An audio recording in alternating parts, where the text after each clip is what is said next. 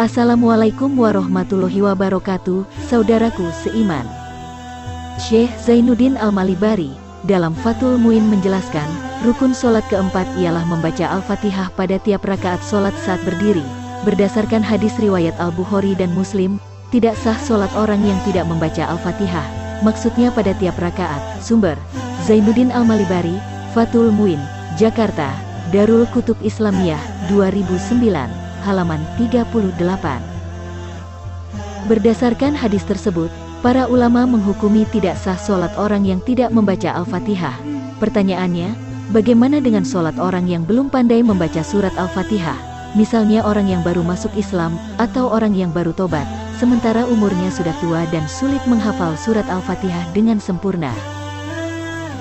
Seluruh ulama sepakat bahwa tidak ada toleransi sholat bagi setiap umat Islam. Maksudnya, bagi orang yang memenuhi persyaratan sholat, harus mengerjakan sholat dalam kondisi apapun, termasuk orang yang tidak hafal surat Al-Fatihah.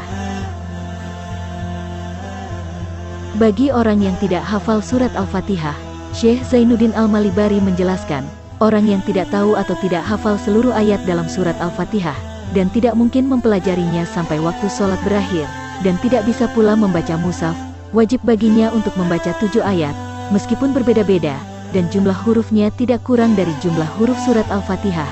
Jumlah huruf surat Al-Fatihah sekitar 156 beserta basmalah, tasdid, dan alif. Kalau tidak mampu dibolehkan mengulang-ulang sebagian ayat dalam surat Al-Fatihah, sampai durasinya sama. Kalau tidak mampu juga, dibolehkan menggantinya dengan 7 macam zikir.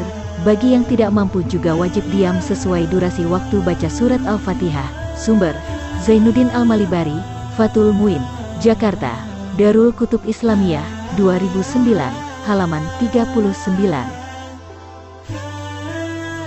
Dari penjelasan tersebut, orang yang tidak hafal Al-Fatihah, sholat dibolehkan membaca surat Al-Fatihah dengan menggunakan mushaf Al-Quran.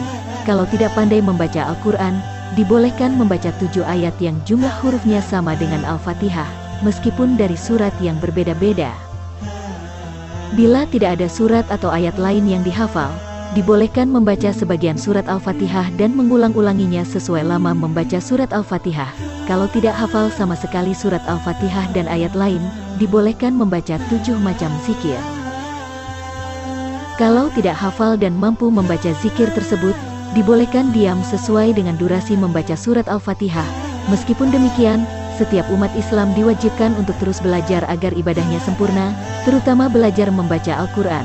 Paling tidak surat Al-Fatihah hafal di luar kepala, minimal bisa membaca surat Al-Fatihah meskipun tidak hafal.